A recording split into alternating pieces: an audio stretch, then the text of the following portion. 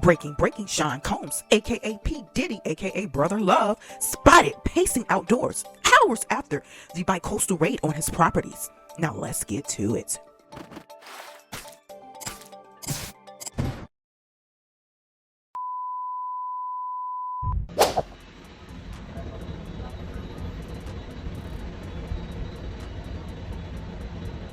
I guess you wondered what's gonna happen next, Diddy.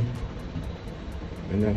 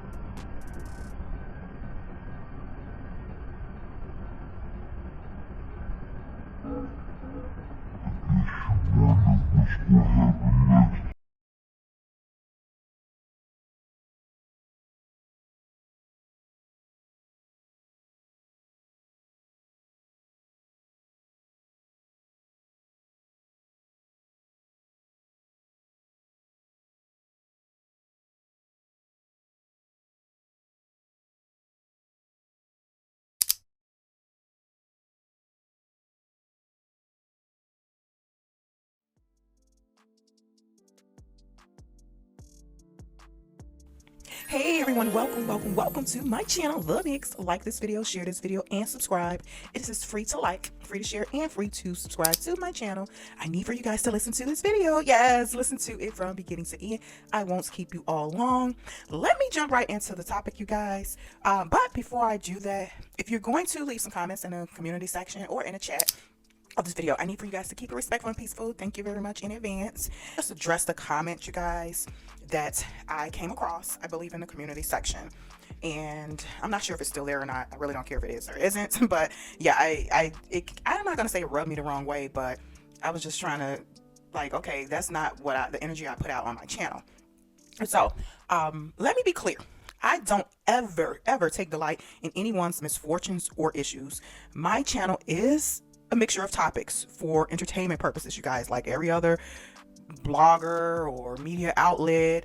Even your mainstream legacy media, they have celebrity news, hot topics, things of that nature, and they point in on different things that's being discussed celebrity wise, whether it be athletics, sports, or entertainment, music, all of that. So I do that here on my channel as well. But no, under no circumstances do I take delight in all of this. I want you all to go over to the about section of my channel, where you will find out more about my channel. Like I said, it's a mixture of topics for entertainment purposes, commentary, education, celebrity news, foodie, fitness, legal reactions, and opinions, and more. So that way you'll become more abreast with topics that I cover on my channel. You can also head on over to the live section and video section and some of my shorts, and you'll see what my channel is about. That's that, to be clear, because sometimes people can get things misconstrued with just a post. And when I run different polls or posts in the community section, that's based on what is trending.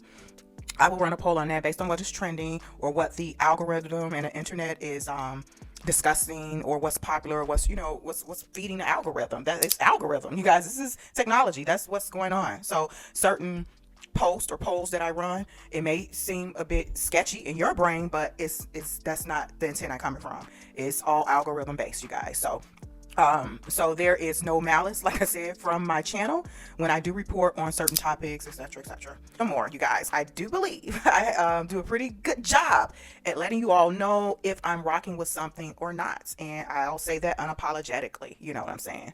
And if I'm not rocking with something, you guys, that doesn't mean I'm celebrating anyone's mishaps or misfortunes or misdeeds, because no one is perfect. Even myself, I am not perfect, and no one is above reproach, even me. So that's that. I just had to get that out of the way, you guys. So, but as you can see, Diddy's properties raided, and as you seen from that clip I showed in the beginning, he surfaced hours later after the raid of his bi-coastal properties. So yeah, and he looks pretty down and out, and I feel for everyone, all parties involved, the alleged victims, and I do feel for Diddy's kids as well. When it comes to this whole situation with Diddy, you guys, it all sucks. It does. It's all sad, and like I said, my heart goes out to his kids, because he is their breadwinner, you guys. He is their breadwinner. I do believe I have a poll highlighting Do you feel sorry for Diddy? Do you feel sorry for the kids, or do you feel sorry for both? So head on over to the community section and vote, vote, vote, vote, vote. I feel sorry for the kids. Like I said, he's their breadwinner. Just think about it, you guys. This is just my observation over the years, even since when, because I'm from the 90s era, you guys. If you didn't know, now you know. I'm from that era in terms of when it comes to entertainment and all that, and these different celebrities who basically they wasn't born with a silver spoon in their mouth, especially if you're melanated, they wasn't. So things have changed. So that's another topic for another day. But based on my observation over the years, since before his kids were even born, and when they were born, and then just watching them grow through this industry, teen wise and young adult wise, they really don't have a huge career going on to sustain outside of their dad's life. I mean, just think about it. What do they all have going on? Far as career wise, far as business wise, they might have something here and there, but just say if this totally goes south for Diddy, which in my opinion it looks like it's headed in that direction, unfortunately, and if it totally goes south, who's going to take care of them? Financially, who's going to be that breadwinner? Who's going to sustain their lifestyle as to what they are accustomed to? I see, to my understanding, I'm just going to go down his kids. Quincy, to my understanding, is not his son. That's Al Bashir's son, right?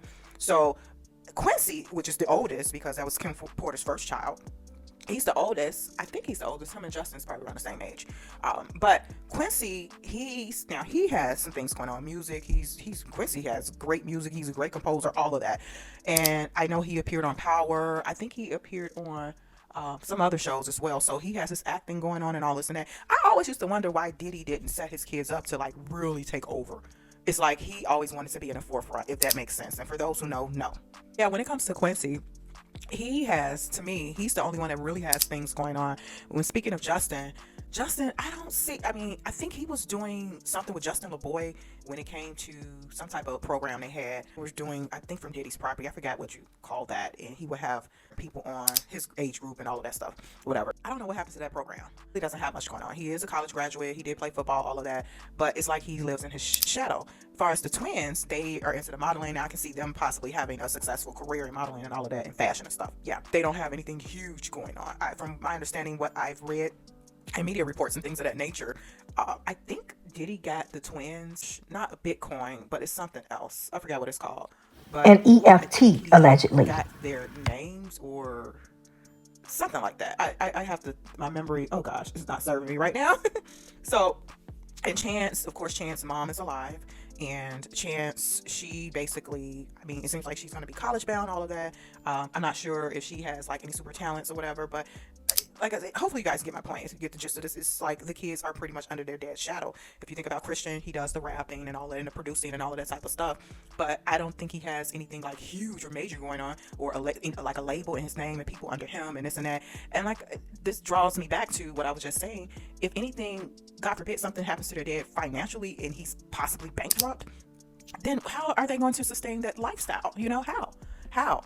So, but yeah, so this is all is incredibly sad. It sucks, and I will continue to keep you guys abreast and up to date with whatever developing information I get when it comes across my desk, So, but another thing, my heart goes out, you guys, to the alleged victims, and one victim in particular, I'm just gonna call her a victim, Cassie.